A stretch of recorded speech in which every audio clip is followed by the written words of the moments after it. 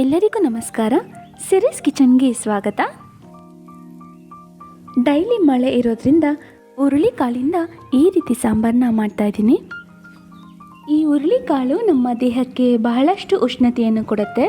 ಈ ಮಳೆ ಟೈಮಲ್ಲಿ ಇದನ್ನ ಜಾಸ್ತಿ ಉಪಯೋಗಿಸೋದ್ರಿಂದ ತುಂಬ ಶೀತ ನೆಗಡಿ ಕೆಮ್ಮು ಆಗಲ್ಲ. ಬನ್ನಿ ನೋಡೋಣ ಹೇಗೆ ಮಾಡೋದು ಅಂತ. ಈಗ ಒಂದು ಬಾಣಲಿಗೆ ಹುರುಳಿಕಾಳನ್ನ ಹಾಕ್ಕೊಂಡು ಹುರ್ಕೊತಾ ಇದ್ದೀನಿ. ನಾನು ಸಣ್ಣ ಕಪ್ಪಲ್ಲಿ ಅರ್ಧ ಕಪ್ನಷ್ಟು ಹುರುಳಿಕಾಳನ್ನ ತಗೊಂಡಿದ್ದೀನಿ. ಹುರುಳಿಕಾಳಿಂದ ಬಹಳನೇ ಉಪಯೋಗಗಳಿದೆ. ಶುಗರ್ ಇರೋರು ವಾರದಲ್ಲಿ 3 ಸಲ ಹುರುಳಿಕಾಳನ್ನ ತಿನ್ನೋದ್ರಿಂದ ಶುಗರ್ ಬೇಗ ಕಂಟ್ರೋಲಲ್ಲಿ ಬರುತ್ತೆ. ಹಾಗೆ ನಮ್ಮ ಹೃದಯಕ್ಕೂ ಸಹ ಹುರುಳಿಕಾಳು ತುಂಬಾ ಒಳ್ಳೆಯದು. ಹುರುಳಿಕಾಳನ್ನ ವಾರದಲ್ಲಿ 3 ರಿಂದ 4 ಸಲ ತಿನ್ನೋದ್ರಿಂದ ನಮ್ಮ ಕೂದಲು ಸಹ ತುಂಬ ಉದ್ದ ಬೆಳೆಯುತ್ತೆ. ಆದಷ್ಟು ಕಮ್ಮಿ ಉರಿಯಲ್ಲೇ ಹುರ್ಕೊಬೇಕು. ನೀವು ನೋಡ್ತಿರ್ಬೋದು ಹುರುಳಿಕಾಳೆಲ್ಲ ಕೆಂಪಗಾಗಿದೆ. ಹಾಗೆ ಅದು ಉರಿತಾ ಸ್ವಲ್ಪ ಘಮ ಬರುತ್ತೆ ಲೈಟಾಗಿ, ಅಲ್ಲಿ ತನಕ ನೋಡಿ ಹುರ್ಕೊಬೇಕು. ಈಗ ಈ ಸಾಂಬಾರಿಗೆ ಖಾರನ ರೆಡಿ ಮಾಡ್ಕೊಳ್ಳೋಣ. ನಾನಿಲ್ಲಿ ಒಂದು ಮಿಕ್ಸಿ ಜಾರಿಗೆ ಅರ್ಧ ಕಪ್ನಷ್ಟು ತೆಂಗಿನ ತುರಿ, 3 ಒಣಮೆಣಸಿನ್ಕಾಯಿ, 5 ರಿಂದ 6 ಎಸಳು ಬೆಳ್ಳುಳ್ಳಿ, 1 ಕಡ್ಡಿಯಷ್ಟು ಕರಿಬೇವು, 1 ಈರುಳ್ಳಿನ ದಪ್ಪದಾಗಿ ಕಟ್ ಮಾಡಿಕೊಂಡು ಹಾಕ್ತಾ ಇದ್ದೀನಿ. ಹಾಗೆ 1 ಟೊಮೆಟೊ, ನಾನಿಲ್ಲಿ 1 ಸ್ಪೂನಷ್ಟು ಧನಿಯಾ ಬೀಜನ ಹಾಕ್ಕೊತಾ ಇದ್ದೀನಿ. ಹಾಗೆ 2 ಸ್ಪೂನಷ್ಟು ಹುರಿದಿಟ್ಕೊಂಡಿರೋ ಕಡಲೆ ಬೀಜನ ಸೇರಿಸ್ಕೊತಾ ಇದ್ದೀನಿ ಮಿಕ್ಸಿ ಜಾರಿಗೆ. ಹಾಗೆ ಸ್ವಲ್ಪ ಕೊತ್ತಂಬರಿ ಸೊಪ್ಪು, 1 ಸ್ಪೂನಷ್ಟು ಹುರ್ಗಡ್ಲೆ.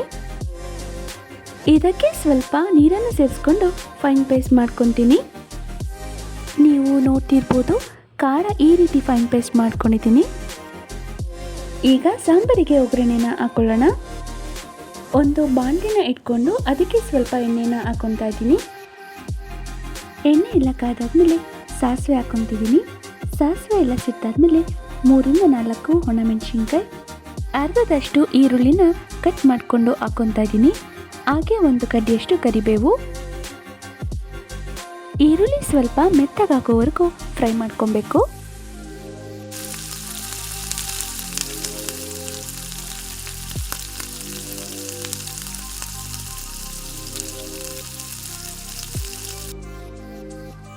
ಒಗ್ಗರಣೆಯಲ್ಲಿ ಈರುಳ್ಳಿ ಎಲ್ಲ ಮೆತ್ತಗಾಗಿದೆ. ಈ ಒಗ್ಗರಣೆಗೆ ಈಗ ಮೊದಲೇ ಹುರಿದಿಟ್ಕೊಂಡಿರೋ ಹುರುಳಿಕಾಳನ್ನ ಒಂದು 10 ನಿಮಿಷ ನೆನೆಸ್ಕೊಂಡು ಒಗ್ಗರಣೆಗೆ ಹಾಕ್ಕೊತಾ ಇದ್ದೀನಿ. 10 ಸೆಕೆಂಡ್ ಆದರೂ ಹುರುಳಿಕಾಳನ್ನ ಒಗ್ಗರಣೆಯಲ್ಲಿ ಹುರ್ಕೊಬೇಕು.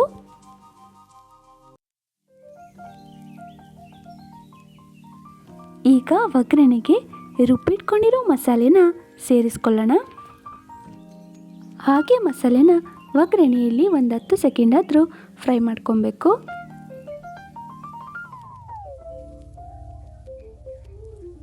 ಈಗ ಈ ಖಾರಕ್ಕೆ ನಮಗೆ ಎಷ್ಟು ನೀರು ಬೇಕೋ ಅಷ್ಟು ನೋಡಿ ನೀರನ್ನ ಸೇರಿಸ್ಕೊಳ್ಳೋಣ.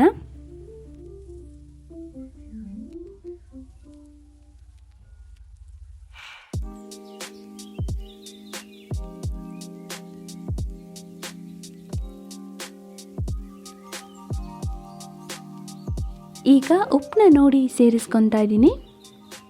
ಎಲ್ಲನೂ ಒಮ್ಮೆ ಮಿಕ್ಸ್ ಮಾಡಿಕೊಂಡು ಸಾಂಬಾರನ್ನ ಕುದಿಯೋಕ್ಕೆ ಬಿಡಬೇಕು. ಹುರುಳಿಕಾಳ್ದು ರಸ ಎಲ್ಲ ಸಾಂಬಾರಿಗೆ ಬಿಡಬೇಕು. ಹುರುಳಿಕಾಳನ್ನ ಒಂದು 10 ನಿಮಿಷನಾದರೂ ಚೆನ್ನಾಗಿ ಸಾಂಬಾರಲ್ಲಿ ಕುದಿಸ್ಕೊಬೇಕು. ನೀವು ನೋಡ್ತಿರ್ಬೋದು ಸಾಂಬಾರು ಕುದಿ ಬಂದಿದೆ. ಈ ಸಾಂಬಾರಿಗೆ ಮುದ್ದೆ, ಬಿಸಿ ಬಿಸಿ ಅನ್ನ ತುಂಬಾ ಚೆನ್ನಾಗಿರುತ್ತೆ.